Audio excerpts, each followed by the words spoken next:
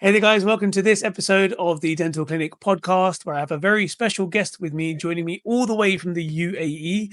I've had so many requests from people that ask me, what is it like working in the UAE? Can you do an episode with somebody from the UAE? Can we get more information about it? The list just goes on. So I thought, why not actually get a guest that can answer all those questions for you and help you guys in your journey if the UAE is actually right for you. So, Doc, over to you if you'd like to introduce yourself to all of those listening, and then let's get into the questions. First of all, thank you so much, Navi. It's very kind of you to invite me in your podcast. Pleasure. I'm Dr. Siddiq Yusufi. Basically, I'm from Peshawar, Pakistan.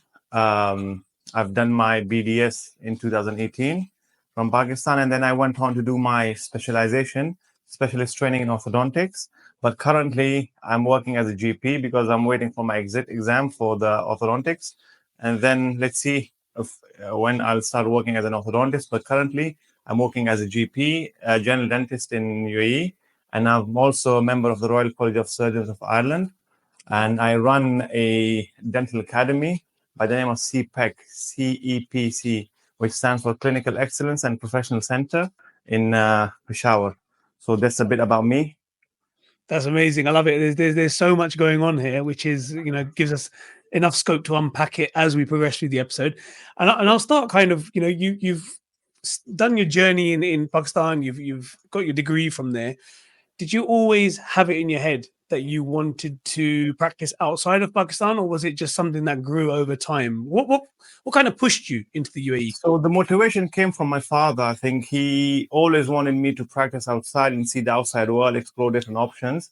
And since I think second year of my BDS, it always was the plan to at least practice a few years of my life outside to, see how things are outside Pakistan for my my own growth. So It was always the plan. The thing was that why UAE? So the thing is, when I finished my undergrad, I was waiting for my internship. So in between, there was an opportunity for me to visit University of Sharjah. There was a conference there, and I attended it, and it was very, I'd say, life-changing event for me because I won the research competition there. Wow. There were probably people from 20 to 25 countries. Alhamdulillah, I won the first position there for my research I did on antibiotics in dentistry. Amazing. And then the thing about me is I socialize a lot, whether it's social media or just day-to-day life. So there is this famous dentist in Abu Dhabi. His name is Dr. Firas. He owns an excellent practice there. In fact, 2-3 practices. So I was in talk with him since a few months that I want to visit your clinic. And he was kind enough to accept my request. And he made sure I stay there for 2 days in his clinic, watching him do implants, orthodontics, general dentistry. So the first thing which he asked me was, what specialty do I want to pursue when I told him I want to come to UAE. So I told him I'm more into maxillofacial surgery. So the first thing he told me was that if you want to do maxillofacial surgery, the best place to practice would be Pakistan, Afghanistan, India, Asian countries, because of the high rate of pathologies, traumas. There's nothing for maxillofacial as such in UAE because obviously it's a developed country. People are more into cosmetics. So it will be better. Then I asked him what would be a good field for me in specialization. He said implants or orthodontics. So the whole time I went back to Pakistan, I was brainstorming where to go. And then I realized orthodontics is something life-changing, something inspiring. And eventually I chose orthodontics as a specialty. So this is how I chose UAE and specifically Abu Dhabi as somewhere I want to practice in the future. Okay, and then your journey into specializing, was that also conducted in Pakistan or was that done in the UAE itself? No, my specialization, because if you see dentistry is very expensive.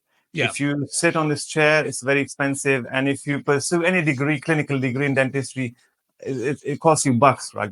Yeah. So if I had to do a specialization in orthodontics anywhere in the world, that would have cost me a lot of money. Right. So I decided to do it in Pakistan, where actually there's a system. If you pass a certain exam, it's called FCPS Part 1. The government actually pays you a stipend every month. Oh, So you're nice. basically serving the government. So Ah, I was doing my postgrad training and I was actually earning as well. So it was a win-win situation for me. And mm, by doing so, I became eligible to give the Royal College exams, which requires 3 years of specialist training, and then you can become their fellow. So I'm pursuing that actually. amazing, amazing. So you did that all in Pakistan, and then how long has it been since you sort of finished that specialist training then? So I was in as soon as my internship was finished in 2019. Yeah, I after like it was February, my internship was finished, so I got enrolled in June 2019. In the April, the exam was conducted, and I was inducted. Let's say June. So June right. 2019 to June 2023. This was my specialist training, and Amazing. then I came to Abu Dhabi in October 2023. Okay, okay. Yeah, And then sort of, you've explained the process or the mind the map that you had yeah, in getting there. Now, getting there itself has its own journey, right? And its own like, obstacles that come up in the way. And people are always asking questions like, how do you actually even begin to get yourself over to the UAE? There's so many questions I'm going to ask you about, is it oversaturated? Is it worth it? Can you do it as a general dentist? Do you have to specialize, etc.? But for mhm, you individually, what was your journey getting there in regards to, even things like visas and any board exams or anything along those lines, and yeah, even finding work? So let's break that down. yeah. What was kind of your step-by-step process? So the first thing is always the exam. You need to clear your exam because no matter how good of a dentist you are, if you keep on telling stories to an employer that I'm a good dentist, this is my social media, this is my work, he won't listen to stories. The first thing he'd ask is if you are eligible to actually practice Yeah. in the country. So the first things first, I gave my exam, and the second thing was to develop my social media so that Okay. if anyone asks me about my work, I just show them my Instagram, my TikTok, my LinkedIn, my Facebook, and that's enough. I mean, like, so the person who's actually talking to me sees how I do my work. Of So the course. Yeah. first thing was the exam. The second thing was building my social media profile. And the thing about social media profile is that it never lies. Yeah. So it takes time. So let's say if you've uploaded everything in 1 week, this gives a very shady image to your potential employers. They believe that it's something fishy, like, Yeah. and if they see how uh, long you took to develop your cases, they see your growth, then it gives a very natural image about you. So I went on to create my social media profiles. I used to upload my day-to-day cases, my routine in the clinic and everything. And I was lucky enough that through a LinkedIn post, I actually got the job in Abu Dhabi, and then I Amazing. had to come here. But it was funny how who was the actual employer. He had to actually leave the place, and then the new employees had to come, and it was a bit of a hassle. But I got the job eventually. Amazing, amazing. Yeah, And then, one of the things that people are going to ask, does it matter really if you are a specialist in something or if you're just a general dentist that wants to start that life? Because let's be fair, everyone's watched Dubai Bling, right? And everybody's watching all of these shows and seeing the Dubai life and the UAE life and all of these things. I've heard from ages ago, people were saying come to UAE, make sure it's tax free and the lifestyle is good.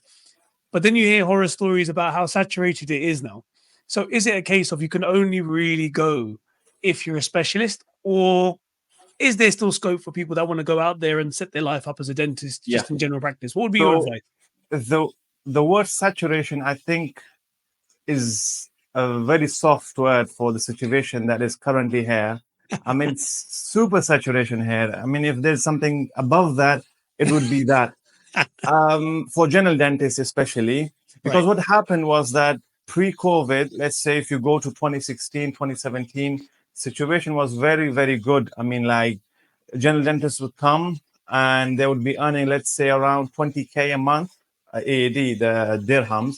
Right. So what happened was that people from dentists, especially from Pakistan, India, these countries, they would come and they would tell the employers, look, you're hiring someone for 20K. I do that's the same amount of work, even better for half the price. Ah, So employers, they just came in and they, I mean, like, it's natural. If someone's doing the same work for you at half the price, why would you pay more? of So course. the trend slowly changed, and now the trend is that dentists, I see some of them are working for 3,000 a month, 2,000 a month, 5,000 a month. So if you're a fresh graduate, you shouldn't expect anything above 5,000. If you're getting 5,000 as a fresh graduate, you're super lucky. Oof. Yeah. And And and and talking about living expenses and living costs was true. kind of like the average living cost out there. Yeah. So you're basically at this salary, your life quality actually nosedives. Oh You're my, nowhere. Yeah. You're basically living in bed spaces. You can't afford proper food. You can't afford proper house, a car, anything. So you just have to like start from zero, which oh, actually hurts compared to the hard work we dentists go through, the stress we go through in our academics, in our clinicals, in our research. It's quite unfair, but that's how the game is actually.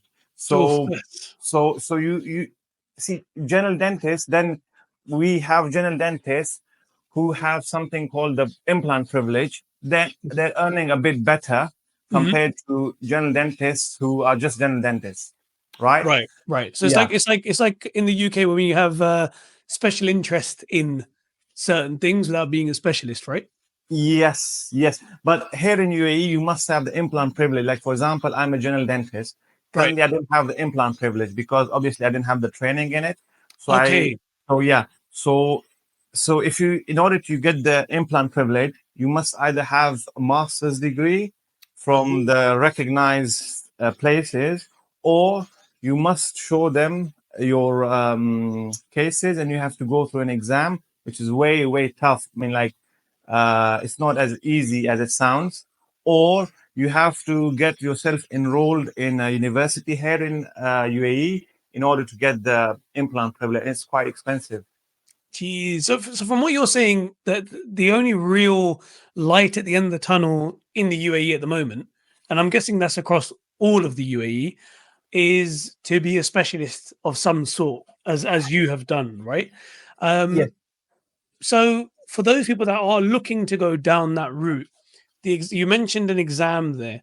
Now I've heard each one of the Emirates within the UAE has a different exam. Are they all similar in terms of content, but just named differently? How's the examination process for those people that actually do want to come Yeah, over? so the UAE basically has three, let's say, departments for health. The Department of Health, which currently deals with only two states, the Emirates, the Abu Dhabi and Al Ain. Okay. So Department of Health, or HAD, HADD, is only for those two places. And then comes DHA, Dubai Health Authority, which is only for Dubai, right? And Wow. then it comes MOH, Ministry of Health, which is for all the remaining states, for Emirates, for example, Sharjah, Ras Al Khaimah, Ajman, Fujairah, these Emirates. So a few days ago, I heard my colleague saying that, I don't know if it's true or not, saying that they're unifying the system and there will be one exam for the whole of UAE. So I'm not Oh, okay. sure how true this is, but he said this. So the content is basically the same. It's just the name that is different. Right. Yeah. Right. But at the moment they're not interchangeable. Like you can't, You, pass one place you and can go somewhere else. actually, because I recently moved from Abu Dhabi to Sharjah, Okay. and I just, because my license was active, so in Abu Dhabi, so I just had to convert it to MOH to Ah, Sharjah. okay. Yeah, Okay. so That's pretty good. it is actually convertible. Yeah. Yeah, when you have the license. And the second thing, unlike UK, where you just pass the exam, you get a license, right? Just like Yeah. the Yeah. driving license, so you can use it whatever you want. I mean, any clinic. Here, it's actually your employer who activates your license. It's not like you get a card. It's like the employer can either activate it or deactivate it. It's Oh not in your wow. hand. Yeah, yeah.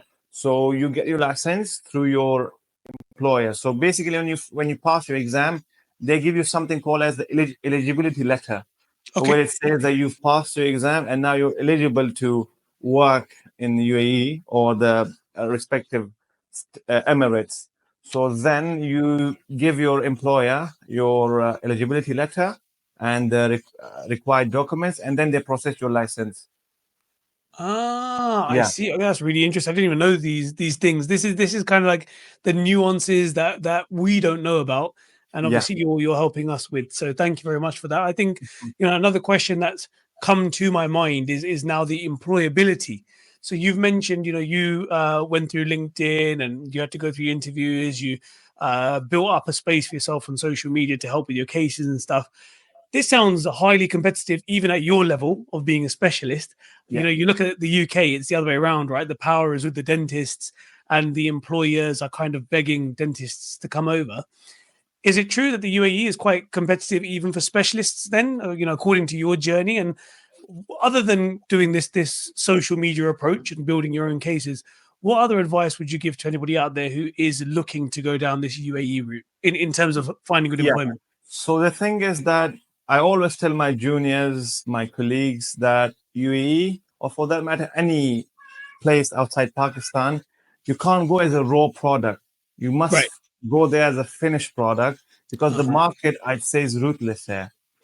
Just as you said, in the UK, the employers are begging dentists. Here's the other way around. The dentists are literally begging the employers to employ them even for free. Oh, There's geez, something wow. called as the what's it called, the revenue sharing system. So the Okay. thing is that the employers, they don't want to give salary to their dentists. So what they do is they put a chair, and if they get a patient, it's a win-win situation for them because they got nothing to lose.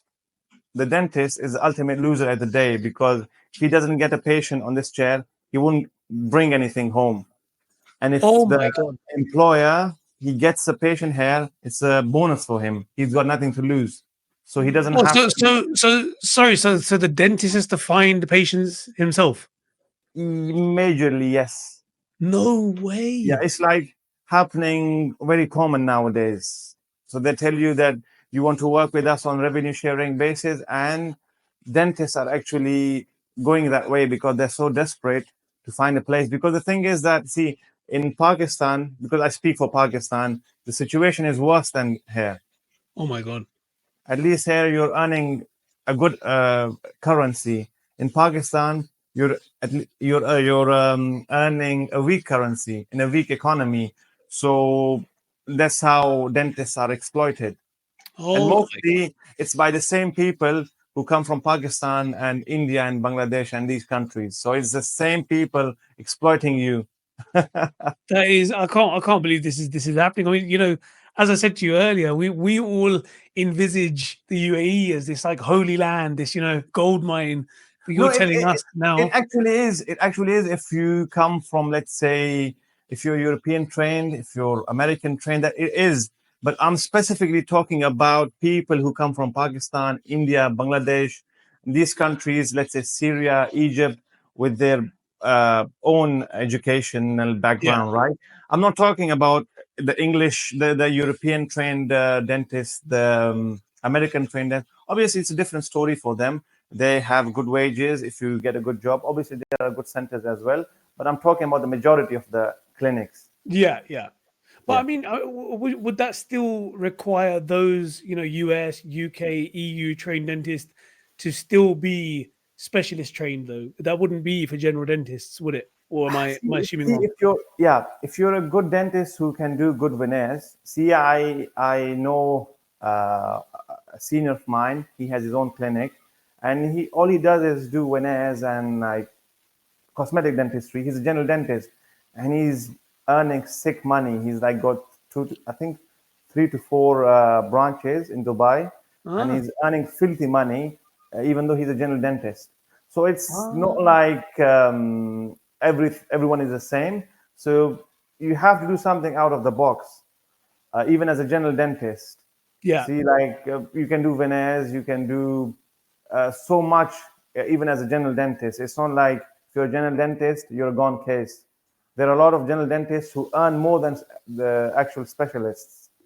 But then again, as you quite rightly said, you need to think outside the box. It's not just a given that somebody from the US is going to come over and, Yeah, like it was, as you said, in 2016, they're going to earn a lot regardless of what they're doing. Now they have to kind of and compete and think. because it's business at the end of the day. Yeah.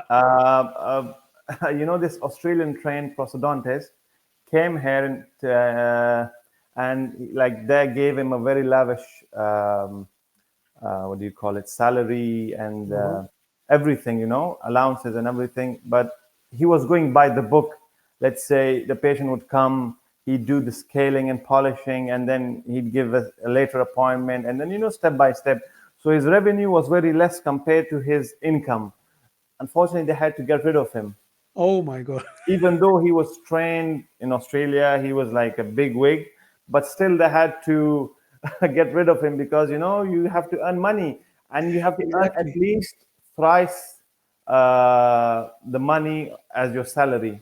Uh-huh. Your revenue must be at least thrice your salary in order to be in good books of your employer. That's some great insight. I want to take it away now from the employability side and back to yourself, because I think you shared some absolute nuggets there. I really appreciate you for that. Thank you. Coming back to yourself, you've explained your journey and you're now kind of more settled into the UAE. What's your typical Mhm. day look like? What are you covering? And kind of how does that lead into the course that you were talking about earlier? Because that's something of huge interest. Yeah. So, I mean, as I said, it's very high intensity work here. You're in pressure. So it's the one day off, the private practice in the whole of UAE.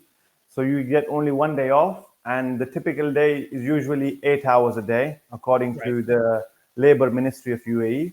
So you Okay. have to work for 8 hours a day. Usually, it's a plus minus, So it depends on the setting of your clinic. Some people start in afternoon, they finish at night.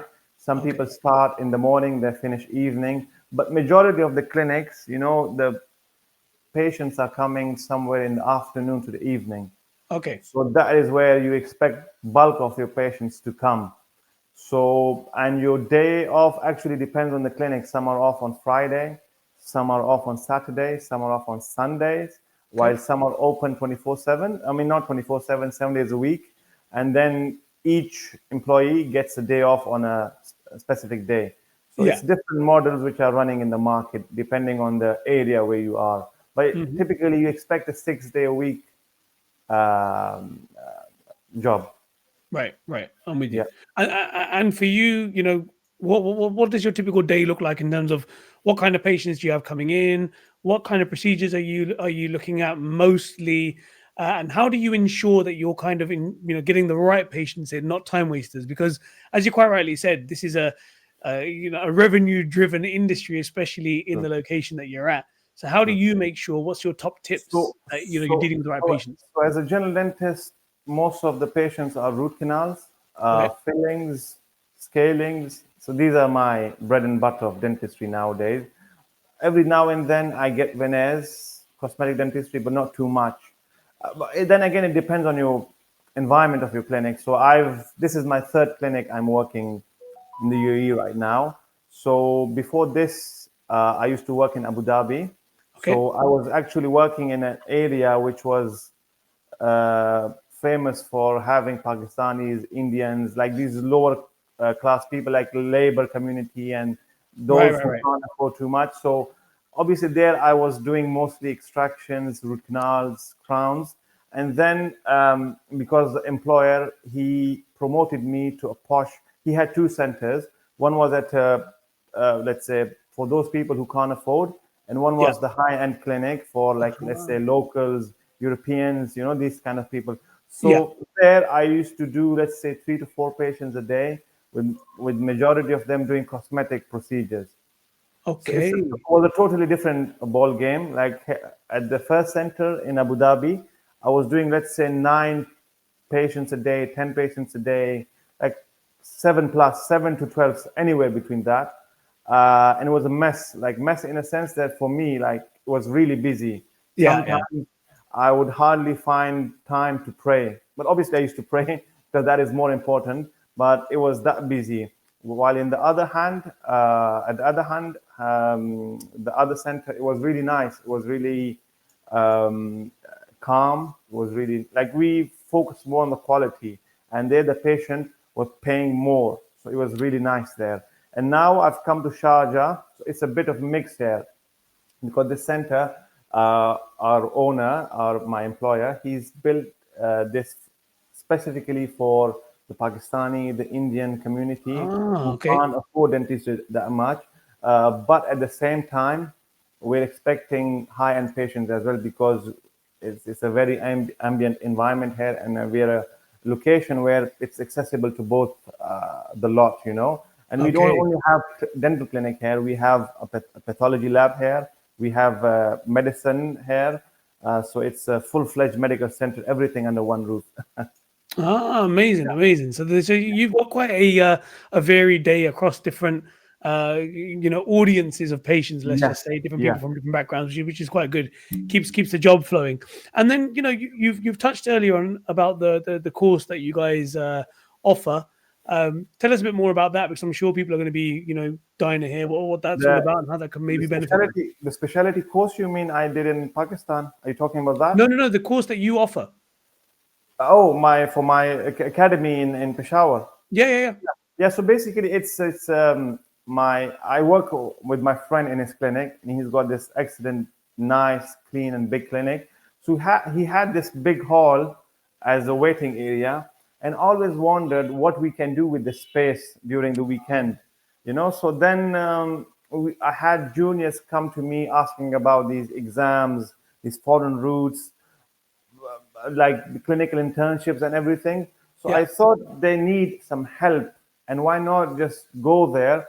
So I discussed with my friend, and we actually came up with this idea that we'll start a dental academy where we'll give clinical plus these exams and these seminars on exams, career counselings, let's say crown cutting, root canals, these small procedures, rubber dams.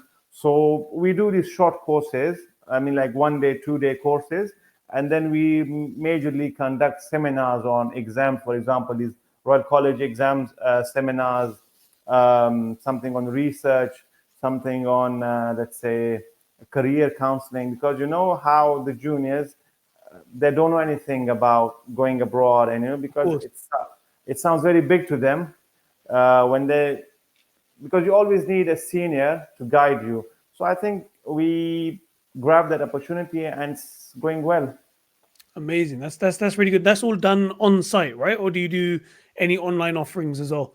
Oh, majorly on site because online it's very hard to find time to Yeah. do it. So it's majorly on site. But I really want to do it online, but I couldn't find time in these 2 years till now.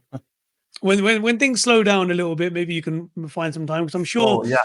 So with the experience that you've got. I want to add here is that because a lot of students will be watching this, and obviously you're younger than me as well. Still a student. So always find a good mentor in dentistry.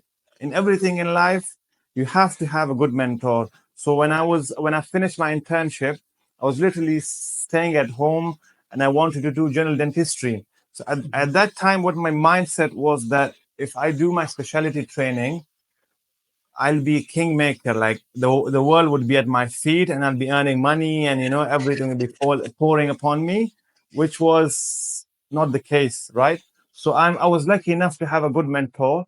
I went to this clinic, and his name was Dr. Anis in Peshawar.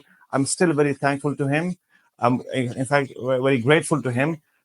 He told me that, son, whatever you do in dentistry, whether it's orthodontics, surgery, perio, prostho, never leave general dentistry Ah, because you're a dentist first and then you're a specialist. I like it. At that time, it didn't make any sense. But now it makes a lot of sense, because if I couldn't do my fillings, my root canals, my surgery, and I'm not an orthodontist right now, I wouldn't be here. That's right. That's And right. if you see a general dentist, you see his work, you can clearly see if he's an experienced or she is an experienced dentist, or they're a newbie, even Yeah. though they've graduated long time ago. So I had colleagues in my specialty who tell me that, Siddiq, you're here working the whole day and then you're going directly to the clinic. You should enjoy life. Why are you struggling so much? And then I wouldn't tell them anything because they wouldn't listen to it anyway. And then when I finished training, I was still doing my general dentistry. I had my patients, I had my routine, my hands were already dexterous to do all sorts of general dentistry. So when our training was finishing, the stipend which we were getting from the government, that finished. So those colleagues of mine, they were sweating like anything because they didn't know what to do with life, because they were not specialists and they were Yeah. not general dentists. And then they were looking for places where they can go and actually see patients and do small procedures like class 1 fillings, scalings, Ooh. extractions. And at that time, I was packing my bag to come to Abu Dhabi. Wow. So there was a massive gap between me and them, not because I was anything special, but because I had a mentor who advised me to stick to general dentistry. So this is what I would say to my anyone listening right now, that have a good mentor who's actually achieved something in Hmm. life in dentistry, and never leave your general dentistry. You're a dentist first, and then any specialist. That is amazing. Honestly, I think I was going to actually ask you what would be your final thoughts and your advice that you'd like to give to any students out there. That's an amazing way to kind of round things off. Before I do let you go, though, one thing that you did mention earlier about social media and picking up or building cases.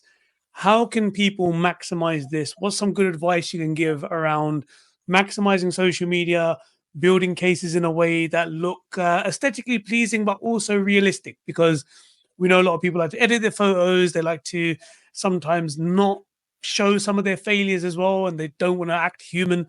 What's your greatest advice when it comes to that? And we can probably round it off there because I think that'd be a great way to end this. So the thing about this is that I usually hear juniors tell me that they don't have a professional camera to Yeah, take their records with, So I tell them, look, you don't need to have a good camera. All you need is a good phone and a good light source, and take any pictures, not because you've done some good Hollywood smile or any special case. Take pictures of everything, because, uh, taking records is good for showing people your work, but it's a good mirror for yourself as well. Because yeah, honestly, when I see my picture, my patients, let's say from 3 years from now, I have a portfolio and I see the work and I see my mistakes there clearly. When at that time, that moment of time, I used to think that this is a perfect work. Now, when I see it, I clearly see the mistake, so I can assess my growth seeing those pictures. So taking records is not just for the social media; it's for your own growth as well. Tomorrow, you might be presenting anywhere, and it looks very unprofessional if you give pictures from other doctors or Google or anything in your presentations, because you never know when an opportunity knocks and you have to present something. So you must have a stock where you can pick your cases according to the situation.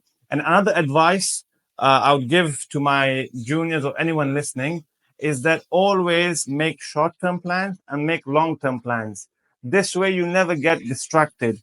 So uh, when I went to my specialty, I had my short-term goals and long-term goals. Now, a few, like let's say one or two plans are not fulfilled, but the rest are fulfilled because I used to write them and I used to follow them. I love it. I love it. I'm a big believer in planning things out. I think having goals and working your way back is awesome. And the advice there about the taking a picture regardless, I will try to implement that myself. I hope anybody Oh, listening will do the same. Dr. Siddiq, honestly, it's been a pleasure having you on. It's been very insightful. I'm sure everybody's picked up a lot from that. I'll put all your social media and the links into the video description below. I'm sure we will all be getting in touch with you, and hopefully I'll catch up with you in the near future. We're going to do another episode if you're up for it, and kind of give everybody an update as to how you're getting on in the UAE. Thank you so much. A pleasure to have you. A very kind man, Naveed. Thank you so much.